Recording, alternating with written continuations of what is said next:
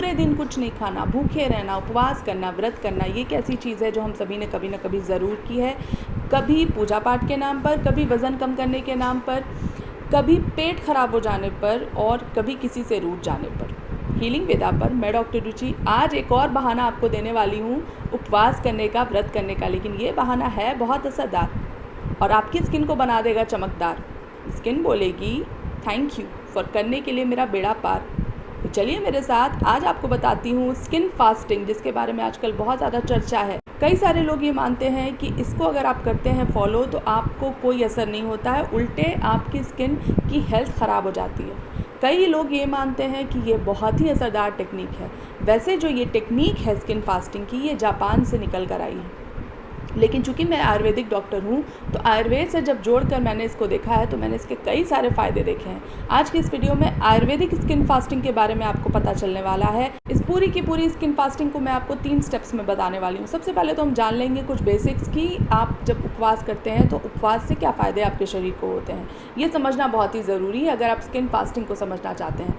दूसरी चीज़ फिर हम ये जानेंगे कि स्किन फास्टिंग क्या है, किस तरीके से हमको इसको करना है और किस तरीके से स्किन के लिए फ़ायदेमंद है।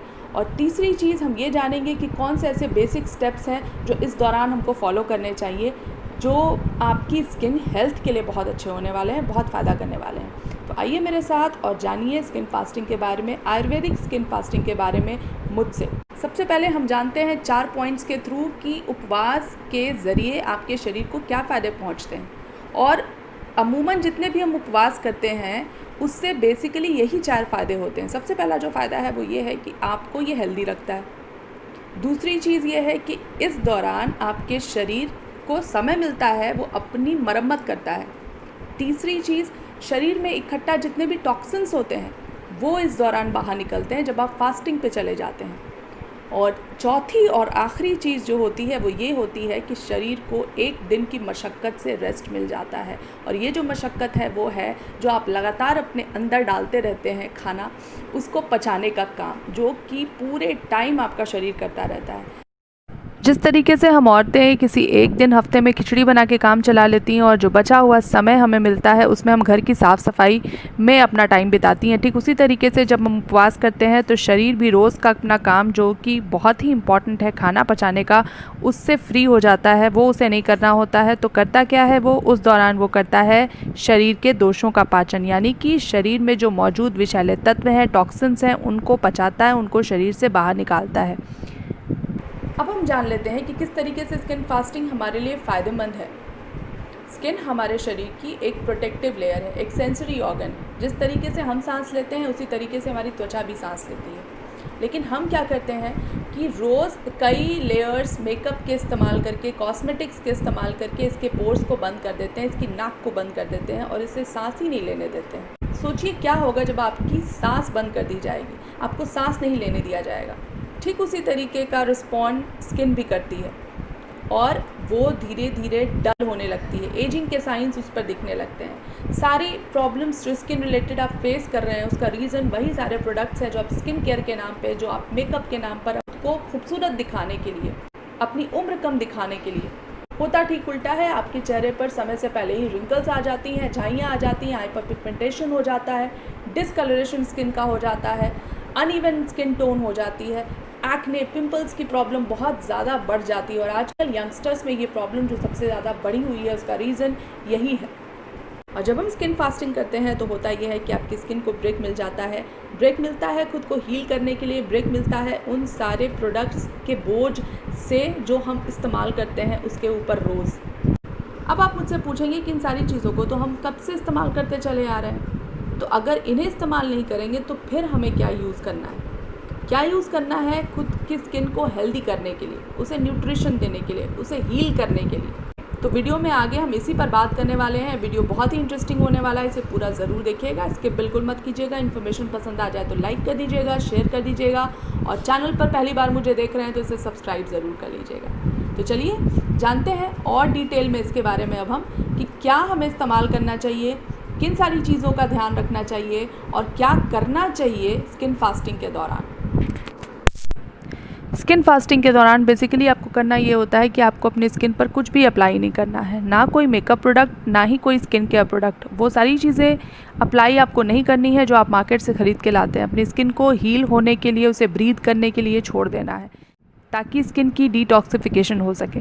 अब आप मुझसे पूछेंगे कि ये तो बहुत ही ज़्यादा मुश्किल है, क्योंकि हमें सनस्क्रीन तो लगाना ही लगाना है, नहीं तो हमारी स्किन जो है वो सन से डैमेज हो सकती है।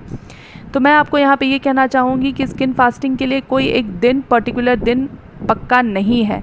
इसको आप अपने सुविधा के अनुसार चुन सकते हैं। आप ऐसा दिन चुनें जिसमें आपको बाहर नहीं जाना है, आपको कोई भी बाहर की एक्टिविटी नहीं करनी है, आप फ्री हैं, आप घर पे मौजूद हैं। ऐसे 1 या 2 दिन को आप चुनें और उस दौरान आप स्किन फास्टिंग ज़रूर करें। पहले तो हम सभी का ये समझना और ये मानना सबसे ज़्यादा ज़रूरी है कि स्किन की हेल्थ को बढ़ाने के लिए, उसे हेल्दी रखने के लिए, उसे हील करने के लिए हमें बिल्कुल भी ज़रूरत नहीं है कि एक के बाद एक कई तरीके के प्रोडक्ट्स हम अपनी स्किन पर इस्तेमाल करें। ख़ास तौर पर वो सारे प्रोडक्ट्स जो हम मार्केट से ख़रीद के लेके आते हैं, क्योंकि उनमें कई तरीके के प्रिजर्वेटिव्स होते हैं, केमिकल्स होते हैं। तो सबसे पहले अगर आप प्रोडक्ट्स को इस्तेमाल करना चाहते भी हैं तो थोड़े से वाइज हो जाएं, प्रोडक्ट के डिस्क्रिप्शन को ज़रूर पढ़ें, देखें कि उसमें कौन कौन सी चीज़ें मिली हुई हैं। कोशिश करें जितना हो सके हर्बल प्रोडक्ट्स का इस्तेमाल करने की, और कोशिश ये भी करें कि जितना हो सके कम मेकअप अप्लाई करने की। अगर आप मेकअप की बहुत ज़्यादा शौकीन है, मेकअप करना आपको अगर बहुत ज़्यादा पसंद है, तो आप ऐसे प्रोडक्ट्स में इन्वेस्ट कीजिए जिनकी क्वालिटी बहुत अच्छी हो। क्वालिटी के साथ कभी भी कॉम्प्रोमाइज़ मत कीजिए, ये कॉम्प्रोमाइज़ आपको बहुत ज़्यादा महंगा पड़ सकता है।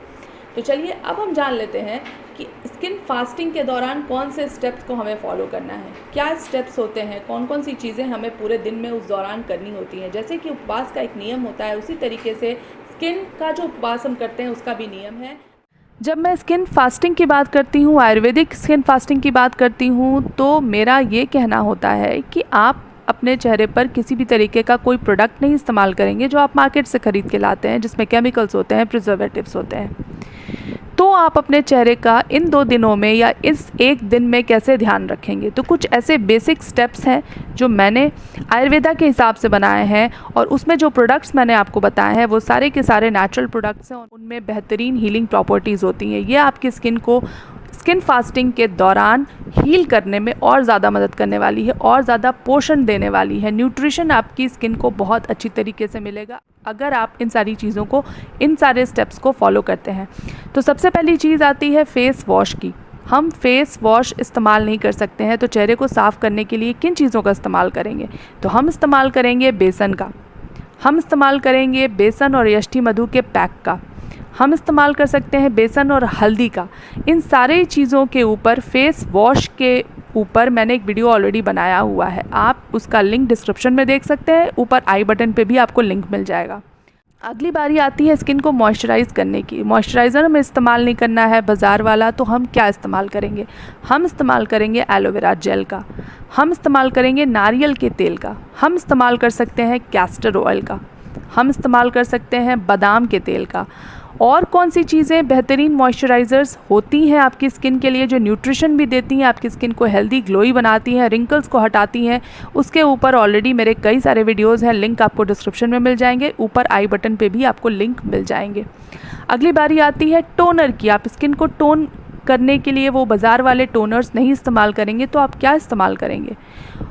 कुछ बहुत ही अच्छे टोनर्स की रेमेडी ऑलरेडी मैंने आपके साथ अपने कई वीडियोस में शेयर की है, लिंक आपको डिस्क्रिप्शन में मिल जाएगा। अब हम बात कर लेते हैं न्यूट्रिशन देने का, और एक बहुत अच्छा माध्यम होता है वो है फेस पैक अप्लाई करना।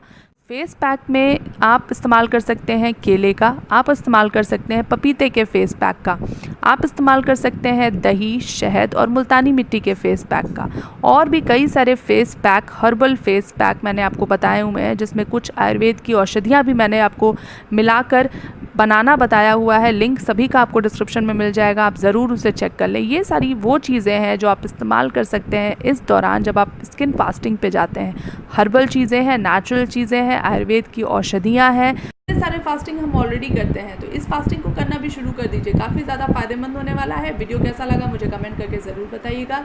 मिलते हैं किसी और वीडियो में ऐसी ही इंटरेस्टिंग जानकारी के साथ, तब तक के लिए स्टे हेल्दी एंड स्टे